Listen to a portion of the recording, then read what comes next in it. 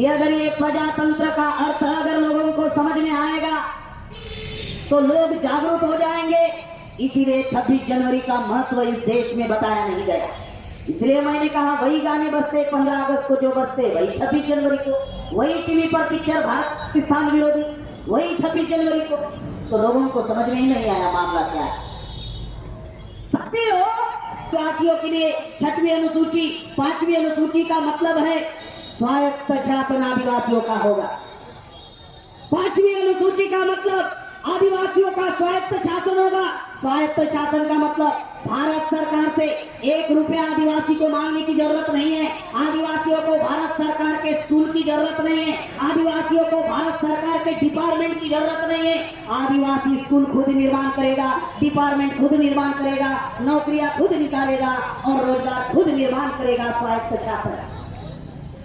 6वीं अनुसूची अगर भारत सरकार से अगर 1 रुपया मांगने की जरूरत नहीं है तो आदिवासी पैसा कहां से लाएगा और स्वायत्त शासन कैसे निर्माण करेगा। इसलिए बाबा साहब अम्बेडकर ने 6वीं अनुसूची बनाई और 6वीं अनुसूची में बाबा साहब अम्बेडकर ने अधिकार दिया, मालकियत का अधिकार, और उसमें लिखा जल जंगल जमीन का मालिक आदिवासी होगा। पैसा कहां से आएगा तो जल जंगल जमीन से पैसा आएगा। आप बोलेंगे जमीन के अंदर तो मिट्टी होती है, मिट्टी नहीं है भाई। आदिवासी जिस क्षेत्र में निवास करते हैं उन 90 प्रकार के धातु है। सोने है, चांदी है, हीरे है, जवाहर है, मोती है, ग्रेनाइट, मैग्नाइट, प्रोटेनियम, यूरेनियम, बक्साइट, 89 प्रकार के धातु। ये बंगाल से लगा हुआ झारखंड 44 प्रकार के धातु है। और ये धातु की कीमत आज 80,000 लाख करोड़ है और 2011 के गिनती के अनुसार भारत में आदिवासी सिर्फ 13 करोड़ 70 लाख है। अगर ये 80,000 लाख करोड़ रुपया अगर आदिवासियों को बांट दिया जाए तो इस देश का पहला पूंजीपति टाटा, बिरला, मफतलाल, अंबानी, अडानी नहीं होगा, तो इस देश का पूंजीपति आदिवासी होगा। इतने का मानक आदिवासी है और ये संविधान में, और एक संविधान बाबा साहब अम्बेडकर ने दिया।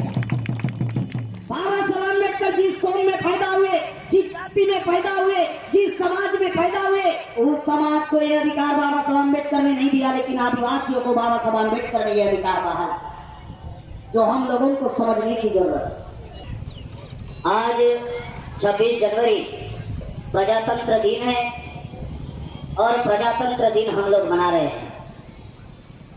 साथियों, हमें बताया गया कि 15 अगस्त 1947 को देश आजाद हुआ, लेकिन जिस प्रकार से 15 अगस्त का प्रोपेगेंडा इस देश में किया गया आजादी का, उस प्रकार से 26 जनवरी प्रजातंत्र का प्रोपेगेंडा किया नहीं गया। इस वजह से क्या हुआ कि भारत में 15 अगस्त और 26 जनवरी में क्या अंतर है, ये हमारे लोगों को समझ में नहीं आया। क्यों समझ में नहीं आया? क्योंकि 15 अगस्त को वही गाने बजते हैं जो 26 जनवरी को बजते हैं। 15 अगस्त को वही टीवी पर पिक्चर दिखाए जाते हैं जो 26 जनवरी को दिखाए जाते हैं। 15 अगस्त को वही रैली स्कूल में निकलती है बच्चों की जो 26 जनवरी को निकलती है। तो इस वजह से 15 अगस्त क्या है और 26 जनवरी क्या है, ये हमारे लोगों को इसकी जानकारी नहीं है। साथियों, 15 अगस्त को देश आजाद हुआ ये बताया गया, लेकिन इस देश में जो प्रजा थी, जो इस देश के जो मूल निवासी लोग हैं, वो आजाद नहीं हुए। 15 अगस्त को एक ट्रांसफर ऑफ पावर बिल, सत्ता का हस्तांतरण बिल पारित हुआ और अंग्रेज नाम का विदेशी इस देश से गया और ब्राह्मण नाम का विदेशी इस देश का हुक्मरान बना। ये है 15 अगस्त। दूसरा नहीं, ये 15 अगस्त। क्योंकि बाबा साहब अम्बेडकर ने, मैं किस आधार पर बोल रहा हूं उसका डॉक्यूमेंट्स आप लोगों को बताना चाहता हूं कि बाबा साहब अम्बेडकर ने यूरोप के लोगों को सवाल पूछा कि ये इंग्लैंड और यूरोप के लोगों कि गांधी जी जो आजादी का आंदोलन चला रहे हैं, ये फ्रीडम ऑफ कंट्री है या freedom of the people of the country है। इसका अर्थ ये होता है कि बाबा साहब अम्बेडकर ने इंग्लैंड और यूरोप के लोगों को ये सवाल पूछा कि गांधी जी जो आजादी का आंदोलन चला रहे ये देश आजादी का आंदोलन है या देश में रहने वाले लोगों के आजादी का आंदोलन है? गांधी जी जो आंदोलन चला रहे थे ये देश आजादी का आंदोलन था। देश आजाद हो गया, अंग्रेज चला गया, ब्राह्मण राजा बन गया तो देश आजाद हो गया। लेकिन जो देश में रहने वाले जो लोग थे, इस देश के जो बहुसंख्याक लोग हैं, इस देश के जो मूल निवासी लोग हैं, क्या प्रजा आजाद हुई? नहीं हुई। प्रजा आजाद नहीं हुई। आजादी का अर्थ होता है स्वतंत्रता, समानता। अगर प्रजा आजाद होती तो प्रजा की हजारों समस्या क्यों होती? नंबर 1 का सवाल। अगर प्रजा आजाद होती तो इस प्रजातंत्र दिन में आज किसानों को आज दिल्ली में रैली निकालना पड़ा, तो इससे साबित होता है प्रजा आजाद नहीं है। अगर प्रजा आजाद होती तो हर 5 मिनट के अंदर इस भारत में एक महिला के ऊपर अन्य अत्याचार नहीं होता। अगर प्रजा आजाद होती तो जो समस्या अंग्रेज काल में नहीं थी वो समस्या आजाद भारत में पैदा नहीं होती। अंग्रेज काल में 11 करोड़ लोग गरीबी में थे, आज 83 करोड़ लोग गरीबी में चले गए। अंग्रेज काल में नक्सलवाद नाम की समस्या नहीं थी, आज आजाद भारत में आदिवासियों को नक्सलवादी के नाम पर मारा जाता है। अंग्रेज काल में आतंकवाद नाम की समस्या नहीं थी, अंग्रेजों का राज था, भारत गुलाम था, आज आजाद भारत में आतंकवाद पैदा हुआ। अंग्रेज काल में एक भी किसान ने आत्महत्या नहीं की, आजाद भारत में आज लाखों किसानों को आत्महत्या करना पड़ रही है और आज लाखों किसान रोड पर निकले हैं। जो 3 कानून किसानों के विरोध में जो बनाए गए, उसके विरोध में आज भारत का जो किसान है, भारत में भारत को कहा जाता है कृषि प्रधान देश है, वो किसान आज रोड पर उतरा। इससे ये बात साबित होती है कि 15 अगस्त 1947 को सिर्फ देश आजाद हुआ, देश में रहने वाले लोग आजाद नहीं हुए। ये आजादी का आंदोलन हमारे आजादी का आंदोलन नहीं था। 15 अगस्त ये ब्राह्मणों के आजादी का आंदोलन था, ब्राह्मण आजाद होता। अब ये 26 जनवरी क्या है? प्रजातंत्र दिवस। प्रजातंत्र दिन क्यों मनाते हैं और ब्राह्मणों ने इसको क्यों छुपाया? क्या कारण है कि 26 जनवरी का प्रचार नहीं किया कि प्रजातंत्र दिन क्यों मनाए जाते हैं? 15 अगस्त के बारे में बताते हैं, देश आजाद हुआ, लेकिन 26 जनवरी को प्रजातंत्र का मतलब इस देश में क्यों बताया नहीं जाता? मैं प्रजातंत्र का मतलब आपको एक उदाहरण देकर बताना चाहता हूं कि ये 26 जनवरी हमारे लिए कितना महत्वपूर्ण है। साथियों, 26 जनवरी 1950 के पहले रानी के पेट से राजा पैदा होता है। 26 जनवरी बताया, 26 जनवरी 1950 के पहले रानी के पेट से राजा पैदा होता था। जो रानी बच्चे को जन्म देती थी वो राजा बन जाता था, अगर लड़की हुई तो रानी बन जाती। बाबा साहब अम्बेडकर ने उस रानी की नसबंदी कर दी। नसबंदी तो मालूम होगी आप लोगों को।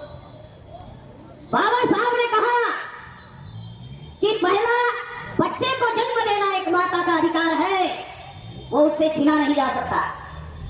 रानी बच्चा जरूर पैदा करेगी, बाबा साहब अम्बेडकर ने कहा वो उसका अधिकार है, जरूर पैदा करेगी, लेकिन रानी के कोख से जो बच्चा पैदा होगा वो राजा नहीं होगा, वो राजा नहीं होगा। पहले क्या था कि रानी के पेट से राजा पैदा होता था। बाबा साहब अम्बेडकर ने कहा 26 जनवरी 1950 के बाद में रानी के पेट से राजा पैदा नहीं होगा, तो राजा कहां से आएगा? तो राजा प्रजा से आएगा। प्रजा निर्धारित करेगी राजा कौन होगा, और वो राजा चुनने का और राजा बनने का अधिकार बाबा साहब अम्बेडकर ने इस प्रजा को दिया, और वो अधिकार है वोट का अधिकार, राजा बनने का अधिकार, राजा बनाने का अधिकार, और अधिकार दिया 1 मैन 1 वोट, 1 वोट 1 वैल्यू। अब ये राजा बनने का अधिकार दिया। ब्राह्मणों ने सोचा कि अगर ये प्रजातंत्र का अर्थ अगर लोगों को समझ में आएगा तो लोग जागरूक हो जाएंगे, इसीलिए 26 जनवरी का महत्व इस देश में बताया नहीं गया। इसलिए मैंने कहा वही गाने बजते 15 अगस्त को जो बजते, वही 26 जनवरी को, वही टीवी पर पिक्चर भारत पाकिस्तान विरोधी, वही 26 जनवरी को, तो लोगों को समझ में ही नहीं आया मामला क्या है। साथियों, 1 मैन 1 वोट, 1 मैन 1 वोट का मतलब होता है टोटो चलाने वाले व्यक्ति को जो वोट का अधिकार है वही अधिकार अंबानी को होगा। अंबानी को जो वोट का अधिकार होगा वही अधिकार टोटो चलाने वाले को होगा। One man one vote. ऐसा नहीं कि वो टोटो चलाने वाला है इसलिए उसको 1 वोट का अधिकार होगा और अंबानी पूंजीपति है इसलिए उसको 100 वोट का अधिकार होगा। ऐसा नहीं। टोटो चलाने वाले को और अंबानी को 1 ही वोट का अधिकार होगा। One man one vote. एक आदमी 1 वोट। फिर दूसरा अधिकार दिया आगे, 1 वोट 1 वैल्यू। 1 वोट 1 वैल्यू का मतलब होता है टोटो चलाने वाले व्यक्ति के अधिकार की जितनी ताकत होगी उतनी ही ताकत अंबानी के वोट के अधिकार की होगी। उसे कहते हैं 1 वोट 1 वैल्यू। ब्राह्मणों ने सोचा कि ये मूल निवासी बहुजन समाज ये बहुसंख्य है क्योंकि जिनकी संख्या ज्यादा होती है उनके वोट ज्यादा होते हैं और जिनके वोट ज्यादा होते हैं उनका राजा होता है। 26 जनवरी बता रहा है जिनकी संख्या ज्यादा होती है उनके वोट ज्यादा होते हैं और जिनके वोट ज्यादा होते हैं राजा उनका होता है। उस प्रजा को वो अधिकार है राजा चुनने का, उस प्रजा को वो अधिकार है राजा बनाने का।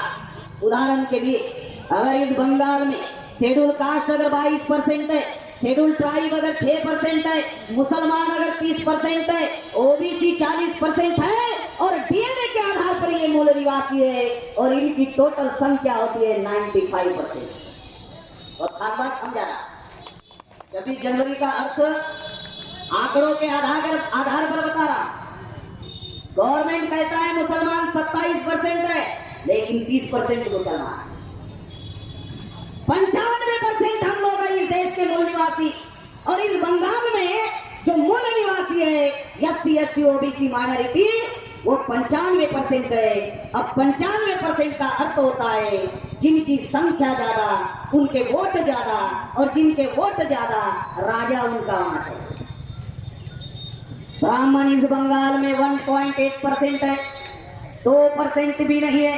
संख्या के आधार पर ब्राह्मण किसी भी गांव के ग्राम पंचायत का, इस मालदा टाउन के, इस मालदा डिस्ट्रिक्ट के किसी भी देहात के ग्राम पंचायत का ब्राह्मण सदस्य नहीं बन सकता संख्या के आधार पर। देश में तो बन ही नहीं सकता, लेकिन इस मालदा टाउन में, इस मालदा जिला में किसी भी गांव में किसी भी ग्राम पंचायत का ब्राह्मण संख्या के आधार पर सदस्य नहीं बन सकता जिसकी संख्या इस बंगाल में 1.8% है। वोट के आधार पर, संख्या के आधार पर हम एससी एसटी ओबीसी माइनॉरिटी की संख्या 95% है। 26 जनवरी का अर्थ है प्रजातंत्र। प्रजातंत्र का मतलब है प्रजा का राज होना चाहिए। प्रजा की संख्या 95%, प्रजा प्रजा बनी हुई है और अल्पसंख्य ब्राह्मण इस बंगाल में राजा बने। अब मेरा सवाल है, आप 26 जनवरी मना रहे तो क्या प्रजातंत्र बंगाल में, भारत में प्रजा की सत्ता है? मेरी भाषा समझ में आ रही है क्या? क्या प्रजातंत्र अगर प्रजा करे, प्रजा की पॉपुलेशन इस बंगाल में अगर 95% है तो मैं पूछ रहा हूं आप लोगों को, क्या इस बंगाल में प्रजा की सत्ता है? नहीं, प्रजा की सत्ता नहीं है। कांग्रेस ने 25 साल राज किया, ब्राह्मण को राजा बनाया। कम्युनिस्टों ने 34 साल राज किया, ब्राह्मण को राजा बनाया। टीएमसी ने 10 साल राज किया, मुझे जाति बताने की जरूरत नहीं है, ममता बनर्जी मामला समझ में, ब्राह्मण को राजा बनाया। गुरुचंद ठाकुर जी कहते थे जिस समाज का होता है राजा वो समाज होता है राजा। आपने ब्राह्मणों को राजा बनाया। गुरुचंद ठाकुर जी कहते हैं जिस समाज का होता है राजा वो समाज होता है ताजा। आपने ब्राह्मण को राजा बनाया तो ब्राह्मण खुद का विकास करेगा या आपका विकास करेगा? आपने इस तथाकथित आजादी के 74 साल में और इस प्रजातंत्र के 71 साल में इस बंगाल में ब्राह्मण को राजा बनाया। बंगाल में प्रजा की सत्ता नहीं। साथियों, जो वोट का अधिकार मिला है, राजा बनने का अधिकार है, राजा चुनने का अधिकार है। अगर ये बात अगर लोगों को पता चली कि ये वोट का अधिकार, ये वोट देने का अधिकार नहीं है, राजा बनने का अधिकार है, तो हर व्यक्ति के मन में ये भाव निर्माण होगा कि मैं भी राजा बन सकता। ब्राह्मणों ने क्यों नहीं बताया 26 जनवरी, उसका अर्थ क्यों नहीं बताया, उसका मीनिंग समझाया कि ये वोट का अधिकार, ये राजा बनने का अधिकार है। प्रेम कुमार गेराम को ये बात समझ में आई तो प्रेम कुमार गेराम ब्राह्मण को राजा बना देगा। मैंने सोचा कि अगर ये राजा बनने का अधिकार है तो मैं भी राजा बन सकता हूँ। ये भाव मेरे अंदर निर्माण हुआ और हमने इस देश में 31 राज्य, 550 जिला, 5000 तहसील और 22,000 ब्लॉक और 2.5 लाख गांव में अभियान शुरू किया राजा बनने का अभियान। हमारा समाज राजा बनना चाहिए। गुरुचांद ठाकुर जी ने कहा जिसका होगा राजा उसका समाज होगा ताजा। साथियों, जो बात मैं आप लोगों को बता रहा हूँ, ये राजा बनने का अधिकार मिला हमें अर्थ बताने के बजाय जिनकी संख्या ज्यादा है उनको लाचार बना दिया। जिनकी संख्या ज्यादा है उस समाज को लाचार बना दिया जिनके इस देश में राजे हुआ करते थे। आदिवासी समाज में राजे पैदा हुए। गोंड जहां पर राज करते थे, गोंडवाना नाम का प्रांत था। भील जहां पर राज करते थे, भीलवाड़ा नाम का प्रांत था। महादेव कोली जहां पर राज करते थे, कोलीवन नाम का प्रांत था। संथालों का माझी परगना सिस्टम चलता है, संथालों का राज था। ये आदिवासी इस देश में हैरे गहरे नत्थू खैरों की औलाद नहीं है, ये राजे रजवाड़ों की औलाद है। जो राजे रजवाड़ों की औलाद है उनको लाचार बना दिया, वोट बेचने वाला समाज बना दिया। जो राजा बना सकता है, जो राजा चुन सकता है, उस समाज को वोट बेचने वाला समाज बना दिया। जब आपका वोट ही खरीद लिया जाता है तो बेचने वाले व्यक्ति की अपेक्षा होती है कि मेरी समस्या का समाधान। खरीदने वाले ने खरीद लिया, बेचने वाले ने बेच दिया। मैं किसी पार्टी का प्रचारक नहीं हूं, ध्यान रखो। मैं राष्ट्रीय आदिवासी एकता परिषद का राष्ट्रीय संयोजक हूँ, वामसेप का राष्ट्रीय प्रचारक हूँ, भारत मुक्ति मोर्चा का राष्ट्रीय महासचिव हूँ। मैं कोई पार्टी का प्रचारक नहीं हूँ और ना ही किसी पार्टी की बात बोलने के लिए आया। मैं लोगों को एक चीज मैं समझाने का बार बार प्रयास कर रहा हूँ कि ये 26 जनवरी जो प्रजातंत्र दिन है, लेकिन प्रजा की सत्ता इस देश में नहीं है। जो प्रजा राजा बना सकती है और बन सकती है, उस प्रजा को लाचार बना दिया, उस प्रजा को लाचार बना दिया। और तीसरी बात बता, 26 जनवरी हमारे लिए कितनी इंपॉर्टेंट है, SC ST OBC माइनॉरिटी के लिए कितना इंपॉर्टेंट है। बहुत खास बात बता, 26 जनवरी 1950 के पहले इस देश में मनुस्मृति नाम के धर्म ग्रंथ के आधार पर देश चलता था। और मनुस्मृति ये धर्म ग्रंथ ब्राह्मणों का धर्म ग्रंथ है और उस ब्राह्मणों के धर्म ग्रंथ के द्वारा हम SC ST OBC माइनॉरिटी को पढ़ने का अधिकार नहीं था, संपत्ति रखने का अधिकार नहीं था, शस्त्र रखने का अधिकार नहीं था। ये अधिकार नहीं था 26 जनवरी 1950 के पहले। लेकिन राष्ट्रपिता ज्योतिराव फुले 1 जनवरी 1848 में हम SC ST OBC माइनॉरिटी के आजादी का आंदोलन चलाया। हरिचंद गुरुचरण ठाकुर जी ने हमारे आजादी का आंदोलन चलाया, जिन्होंने इस बंगाल में 1800 से ज्यादा स्कूल निर्माण किए। जिस समाज को चांडाल कहा गया, महाराष्ट्र में उनको अछूत कहते हैं, उत्तर भारत में उनको अछूत कहते हैं। जिस समाज को शिक्षा से वंचित रखा था, हरिचंद गुरुचरण ठाकुर जी ने उस समाज को, बहुजन समाज को शिक्षा मिलनी चाहिए, इसलिए 1800 से ज्यादा स्कूल निकाला। छत्रपति शाहू महाराज जी ने हमारे आजादी के लिए आंदोलन चलाया। डॉक्टर बाबा साहब अम्बेडकर ने हमारे आजादी के लिए आंदोलन चलाया। 1 जनवरी 1848 से लेकर क्रांतिवीर बिरसा मुंडा ने हमारे आजादी के लिए आंदोलन चलाया। 1 जनवरी 1848 से लेकर 1956 तक यह आंदोलन चला। 1956 तक ये 108 साल का जो संघर्ष चला, इस संघर्ष के बदौलत संविधान का निर्माण हुआ।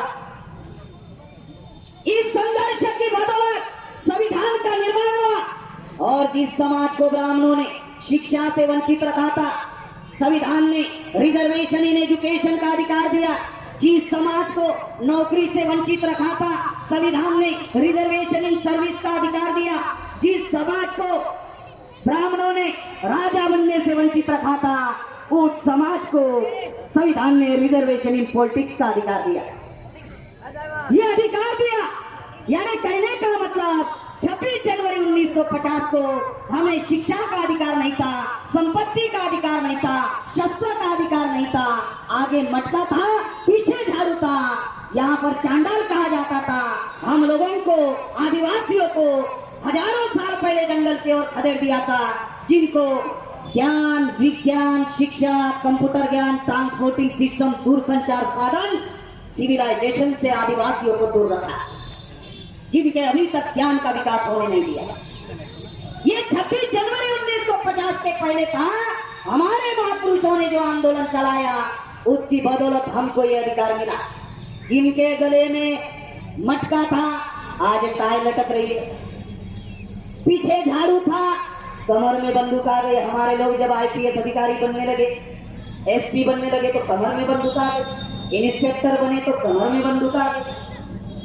और खास बात बता, जिस समाज को जंगलों में रहना पड़ता था, संविधान ने उस समाज को बंगलों में लाया, आदिवासी समाज।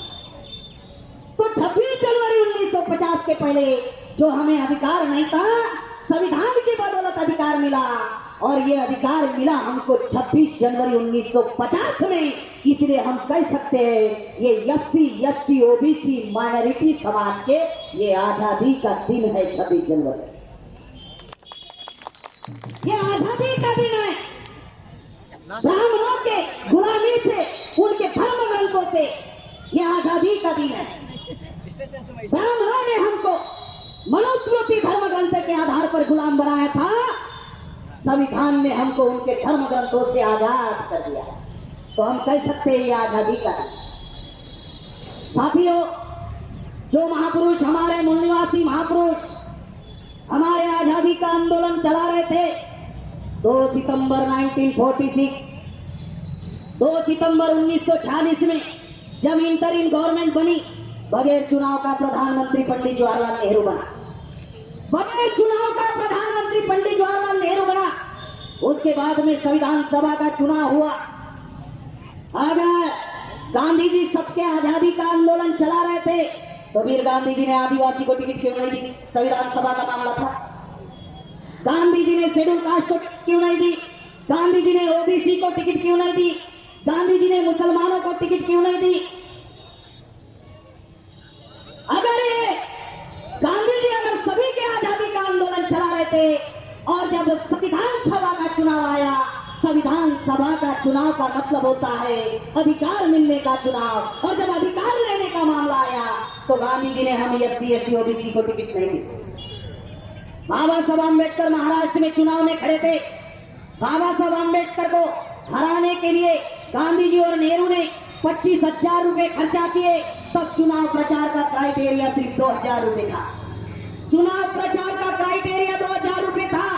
गांधी जी ने और नेहरू ने 25,000 खर्चा किए, भ्रष्टाचार किया और बाबा साहब अम्बेडकर को महाराष्ट्र में चुनाव में हराया। मैं बंगाल के लोगों को धन्यवाद देना चाहता हूं कि ये क्रांतिकारी लोग हैं जिन्होंने बाबा साहब अम्बेडकर को बंगाल से संविधान सभा में चुनवा कर भेजा। ये क्रांतिकारी लोग, ये कर्जा है हम लोगों के ऊपर, ये कर्जा है बाकी के राज्य के ऊपर, ये बंगाल के लोगों का कर्जा है।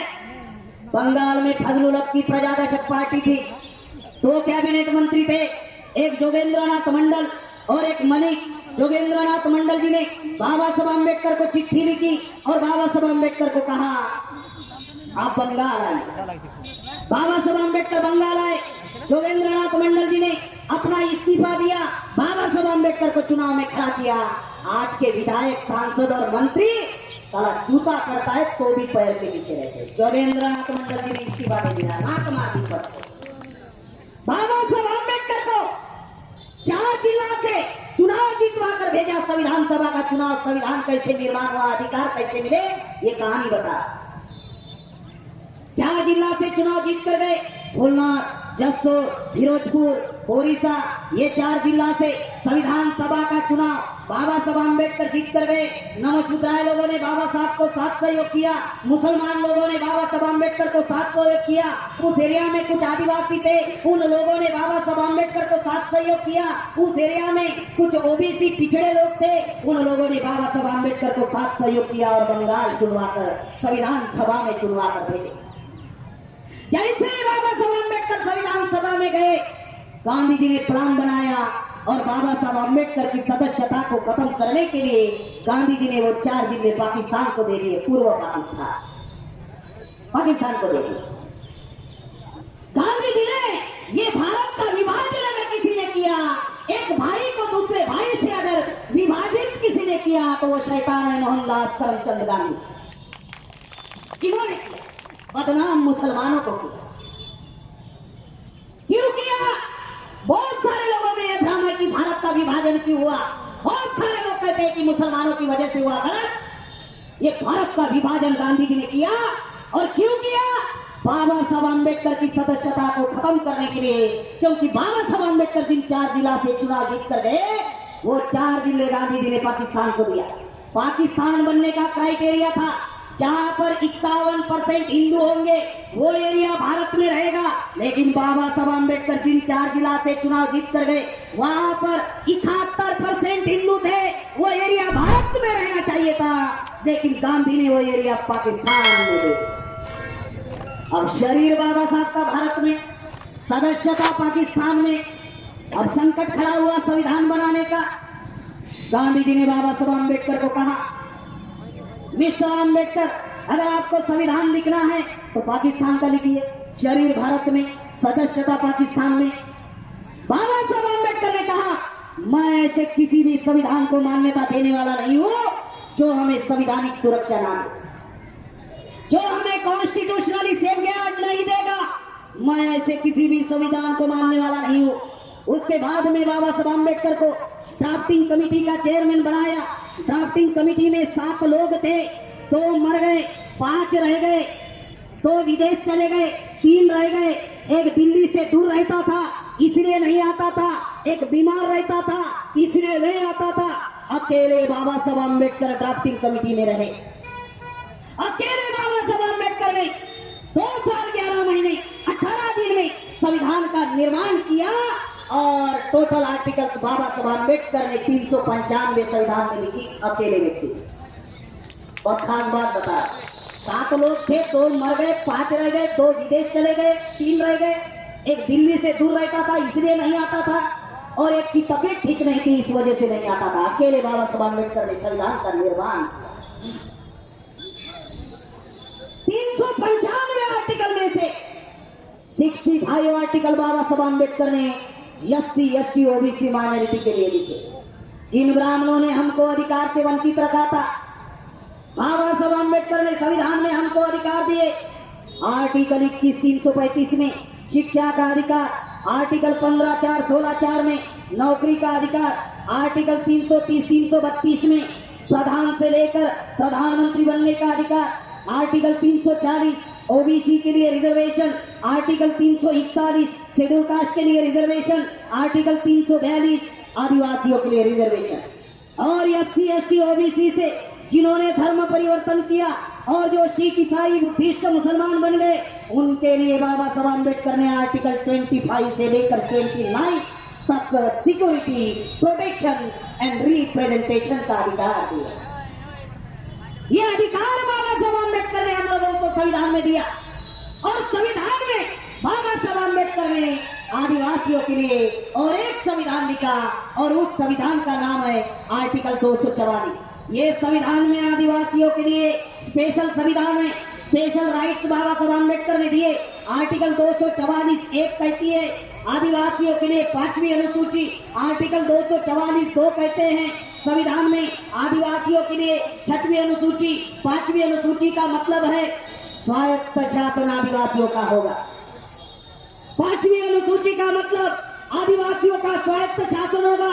स्वायत्त शासन का मतलब भारत सरकार से 1 रुपया आदिवासी को मांगने की जरूरत नहीं है। आदिवासियों को भारत सरकार के स्कूल की जरूरत नहीं है, आदिवासियों को भारत सरकार के डिपार्टमेंट की जरूरत नहीं है। आदिवासी स्कूल खुद निर्माण करेगा, डिपार्टमेंट खुद निर्माण करेगा, नौकरियां खुद निकालेगा और रोजगार खुद निर्माण करेगा। स्वायत्त शासन।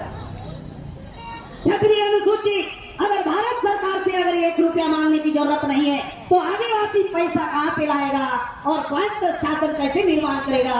इसलिए बाबा साहब अम्बेडकर ने 6वीं अनुसूची बनाई और 6वीं अनुसूची में बाबा साहब अम्बेडकर ने अधिकार दिया, मालकियत का अधिकार, और उसमें लिखा जल जंगल जमीन का मालिक आदिवासी होगा। पैसा कहां से आएगा? तो जल जंगल जमीन से पैसा आएगा। आप बोलेंगे जमीन के अंदर तो मिट्टी होती है, मिट्टी नहीं है भाई।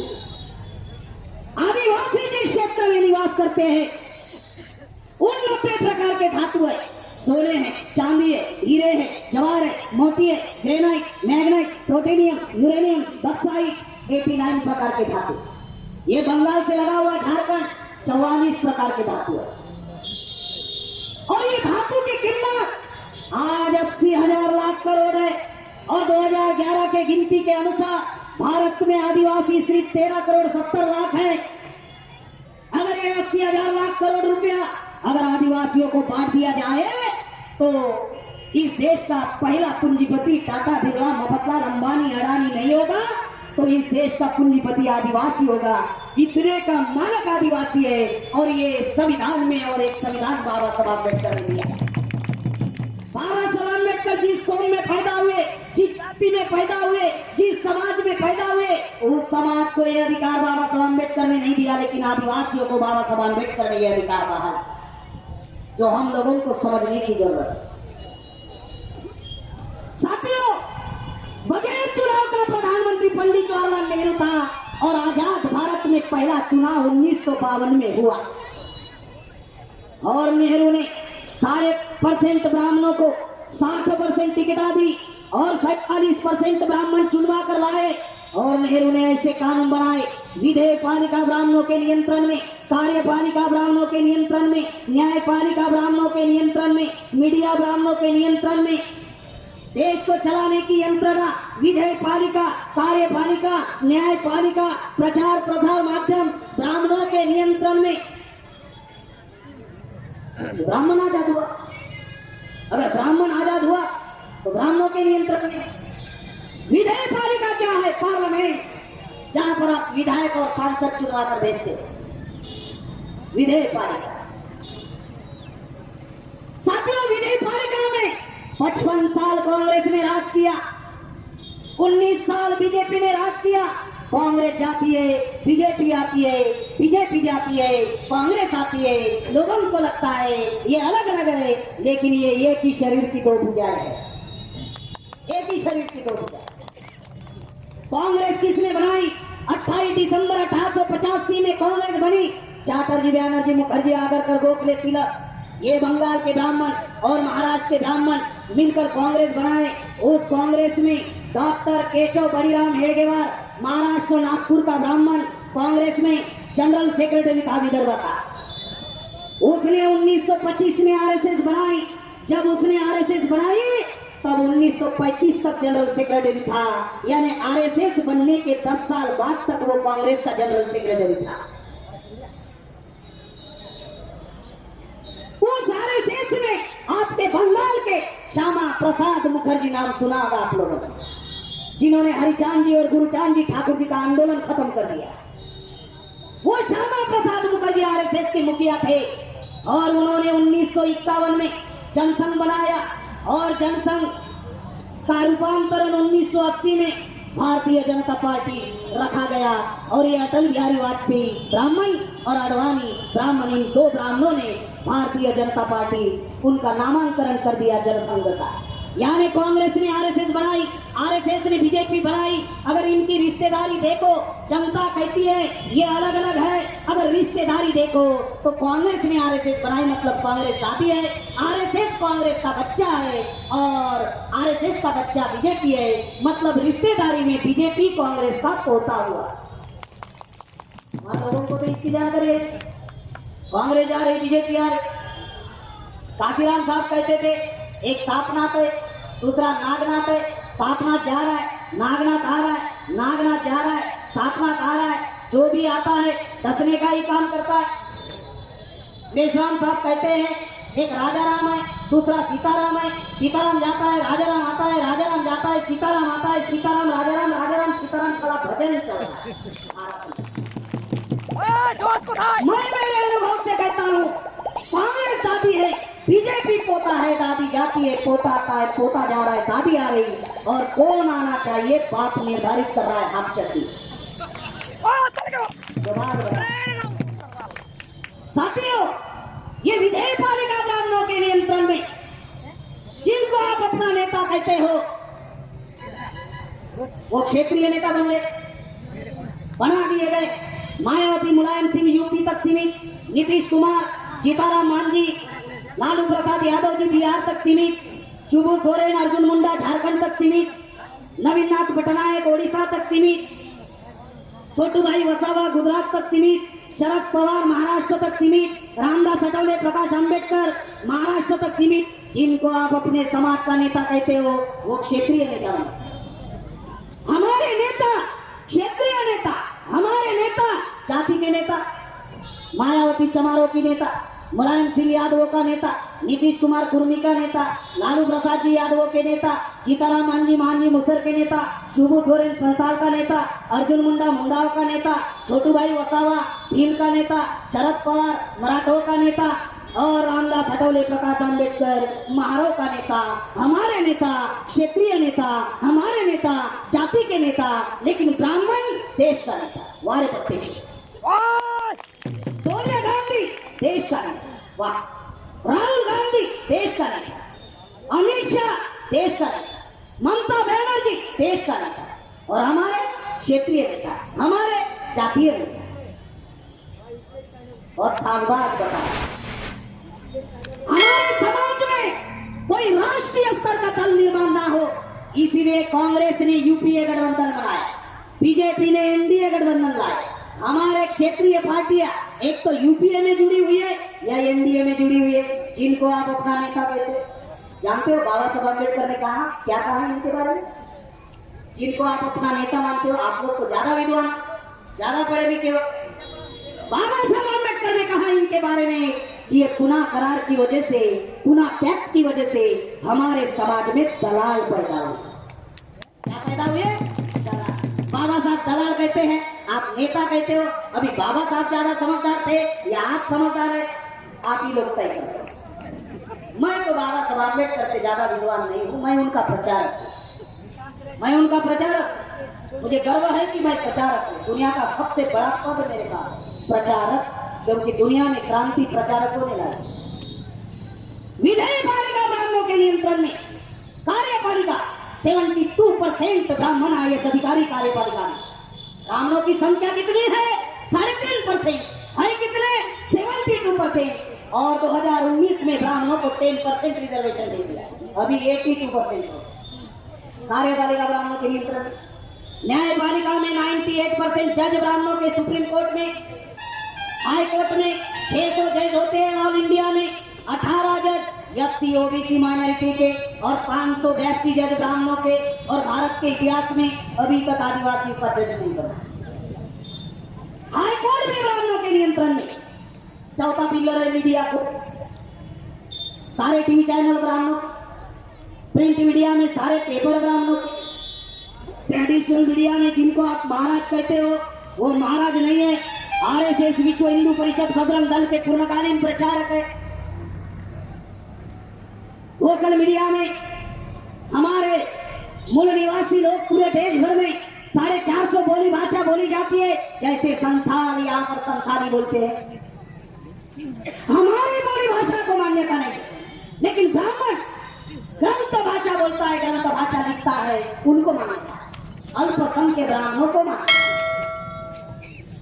आप सोच रहे होंगे ये प्रेम कुमार गिराम जी को डर नहीं लगता? हेलो, जो ये बातें बता रहे हो ओपन स्टेज, ये भी अधिकार मेरे बाप ने मुझे दिया आर्टिकल 19 में, जिसको कोई रोक नहीं सकता है। और मुझे हाथ लगाना तो दूर, ये बाल है ना, इसको भी छू नहीं सकते। 31 राज्य का संगठन है, 2.5 लाख गांव का संगठन है, आयरा गहरा नक्कू गहरा थोड़ी, 2.5 लाख गांव का संगठन है।